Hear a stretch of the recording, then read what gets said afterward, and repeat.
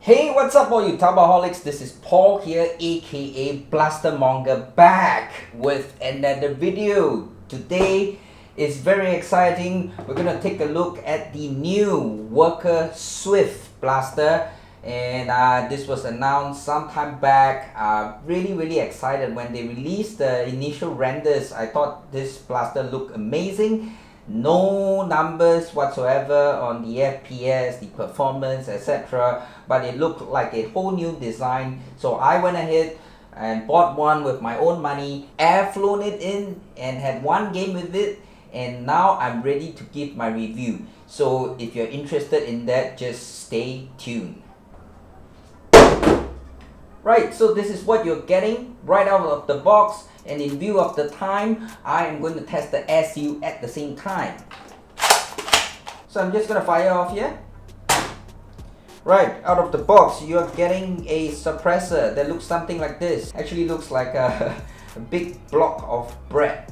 Yeah. Then you get a 10 round straight Talon magazine, right? And then you get a rifled scar barrel. And then you're gonna get some rounds in a packet. You get like 10 rounds of Worker Gen 3 darts. And then you're gonna get a orange tip, and this is for you to fix to your barrel if you're not using your scar. Speaking of which, you will get two barrels, one longer and one shorter. And then you would have a spring, and this is the 1.4 spring. Within the blaster itself, I had another 1.2 spring. And you get some paperwork, and you get some decals for you to stick it on. It comes bare. Okay, this sticker I stick on myself, and then you get some grip tape. Alright, so let's see if the seal is still there. As we have proven here, this particular blaster is really a hell of a blaster in terms of SU, 99.9%. Now, a 99.9% SU blaster is a good thing because it's efficient. However, it created some minor issue as highlighted by Bradley earlier in his video. It creates a vacuum in between the pusher and the dart, and it needs additional force to clear that vacuum. Alright, I took it to a game. Right, in Bradley's video, you can see that it shoots, but there is a delay. But my problem was much worse than that. So let me just show you the true effect of this problem. Alright, right now I'm gonna fire off. Alright, see? So barely into the third shot, you see this problem happening. It's in this half fired mode. The piston is jammed. Alright, it's not going forward because of the vacuum. So there you have it, the critical error of the Worker Swift blaster. Too good of a seal, and it makes the lower FPS spring a bit wonky. And as Bradley mentioned, there is a fix to this, and I'm also gonna show it to you, as well as several features of the blaster. So the Worker Swift features a 3-pin take-down feature, and you just need to open this and this and this pin out, and you are able to take the blaster apart for servicing. They have given it so much thought into building this blaster and designing this blaster that they have even included the tool itself to open the pins. This one I believe is an M6 Allen key, and there's a slot here where to put it in. The only downside to this is it's really hard to take out, even without gloves or anything. It's just hard to pry out the thing. I wish they have made this little knob here a little bit larger so you can actually insert your fingers in to pull it out, but this is so small, you know, it requires a tool to take out the tool, if that makes sense, right? So let me just open the blaster out.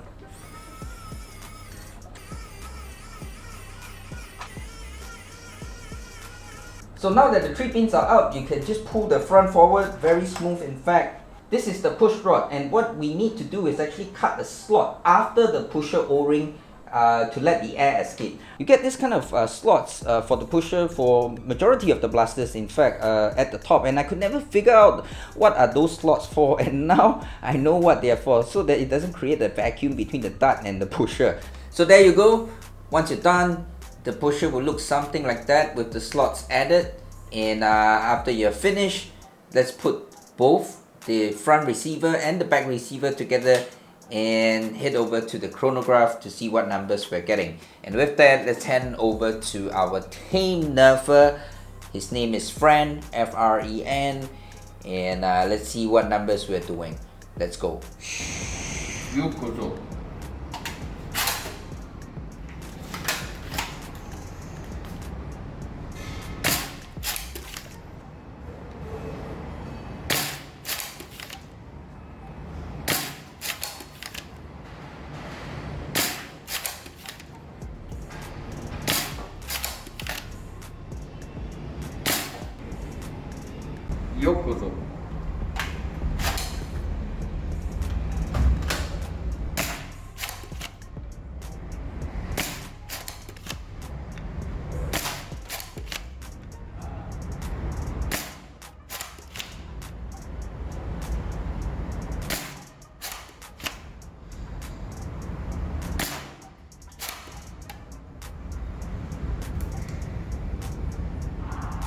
So that's right guys, you've heard it from the tame nerfer himself that the 1.2 spring does about 130 to 140 FPS, and the 1.4 spring with the longer barrel gives us about 180 190 FPS average, which is good. There is a even stronger spring, which is the 1.6 spring and the 55 cm barrel, which I do not have with me at the moment. I reckon that spring I would do about 250 FPS, because if I compare my numbers with what Brad is doing, I'm getting like 20 FPS lesser, right? 1.2 I'm doing 130, 140, he's doing 150, 160. 1.4 spring he's doing 200, 210. I'm doing 180, 190. So in real life terms, I should be doing 250 FPS on the 1.6 spring, where he is doing 270 FPS. Right, so now that we've got the numbers out of the way, let's go through the quick features of the blaster itself. If you look here, you've got the safety,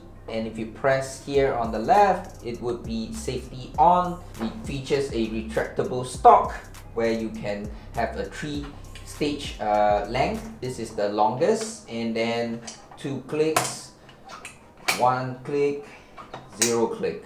Picatinny rails at the top, and I can tell you it's so beautifully designed that there is 0 flex, even though it is a takedown blaster, right? And this is really due to the design that the worker has in place for the Swift, where the metal buffer tube actually adds to the structural integrity of the entire blaster. It connects the rear and the front together and holding it in the middle, which gives it a lot of structural integrity and reduced flexing. Another feature is that it has a quick barrel swap feature. One screw here at the bottom, you unscrew it slightly, you'll be able to pull the barrel out. Another feature is the quick spring swap, where you can just remove the spring rest at the butt itself, and you can take out the whole spring and put in the stronger spring and then screw it back. Let's talk about the suppressor, right? I really don't like it. It's bulky, it's big, but I get it, you know, they want to add to the sci-fi look, but it makes the blaster look very bulky. If you want to use this suppressor, and if you're on the short barrel, the 28 cm barrel, right, you can't have the scar on together with the suppressor. You can only choose either one, right? And if you use it on the longer barrel, then you can have both on to the barrel, right? The suppressor and the scar. So speaking of scars, I'm surprised at how well a rifled scar works. I've always used a string scar in the past, and this is the first time that I've seen a rifled scar work so well. If you just see here, you will see the dart being pushed in a 90-degree angle, and this scar works exceptionally well. And I'm actually gonna use this, you know. Thanks worker for including the scar barrel inside your package. Now let's talk about the ergonomics. Something that I'm really keen about, alright? Every blaster, the first thing I look at, other than performance, of course, is the ergonomics. If you look at the entirety of this blaster, this thing is huge, right? Measuring at 73 cm, just like that, without the barrel protruding. it weighs 1.6 kg. Give you a bit of context, my Talon claw weighs 1.2 kg. So it adds a considerable amount of weight, about 400 grams. But this thing is really a tank. You know, you look at the CNC parts, full metal internals. I really like the build quality of this blaster itself. They could have made the entire thing flat. They've actually raised the top, okay, to give it a sci-fi look, yes, but it also added an arch at the back. So because of this arch, right, you don't have to tilt your head as much when you aim, right? You can keep it at a straighter angle, alright, as compared to a flat top. So this is my Talon claw, you know, it's a flat top. You're gonna tilt a bit more to bring your eye lower, right? Of course, you can put a real riser. Because of this arch, your eye is already lower at the sight level itself, so you don't have to tilt as much to bring your eye lower to the sight. Very ergonomic design. Like this arch a lot compared to my Talon claw, which has a draw length of about 11 cm, right? This has a draw length of about 16 centimeters. That's about 5 cm more than my Talon claw, which is a version 4. Yes, you can say that it increased by 50%. But the Prime is light because of its efficiency. I think it sort of compensates itself, the long draw versus the light Prime. Now, ergonomics that I really don't like about the Swift blaster is really the mag release. The Swift has a gravity drop mag well, and trust me, I've tried it, it works, right? But the thing is, the mag release is so far away from the grip that even if I extend my full middle finger, I can't reach it. I could barely reach it. So that's really something that is disappointing for me. You know, I love combat reloads, and this is a detriment, right? I wish they put the release a little bit closer. We'll just have to wait for someone to make a 3D printed part just to make the mag release a bit closer to the grip. So it's a pity that the release is so far away, and the only thing that I can do to have leverage to reach it is by tilting the blaster upwards and taking my aim off the mark. So something like that, right? And that's a pity. Now bear in mind, I was only able to gravity drop the curve and the straight magazines.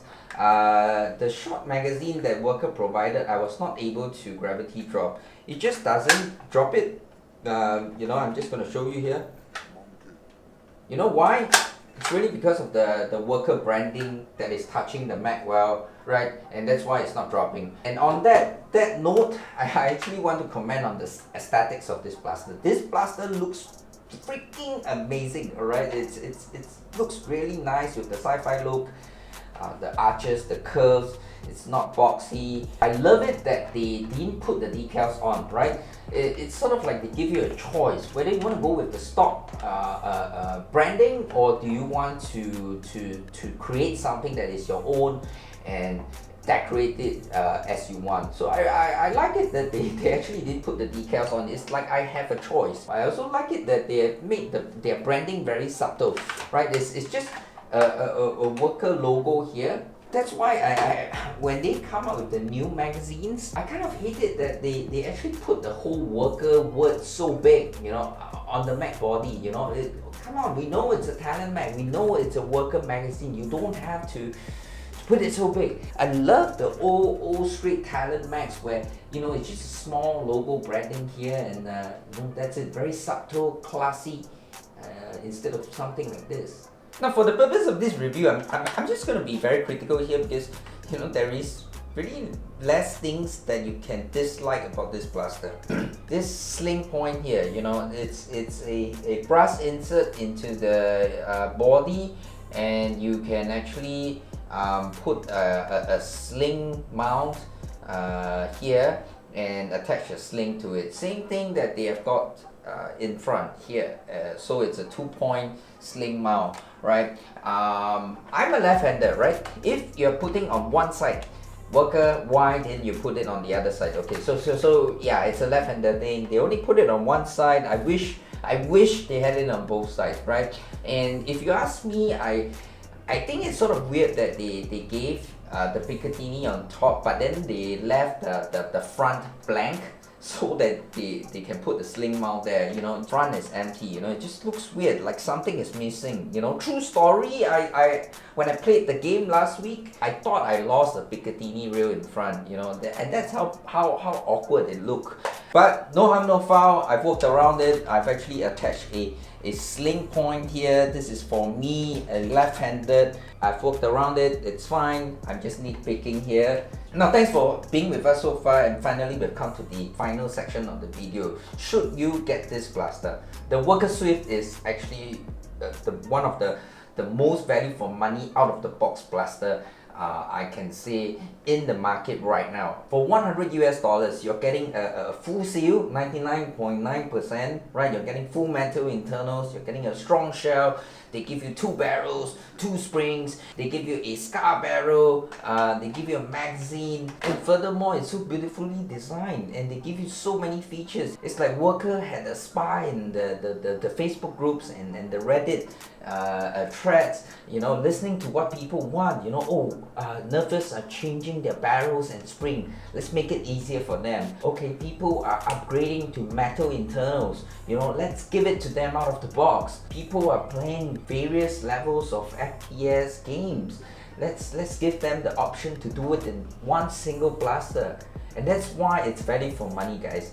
The cost per use. Let me give you an example, right? What I meant by cost per use. Usability is very high because it's so versatile. It looks nice. This Worker Swift, I can use it for 150 FPS, 200 FPS. I can use it for 250 FPS.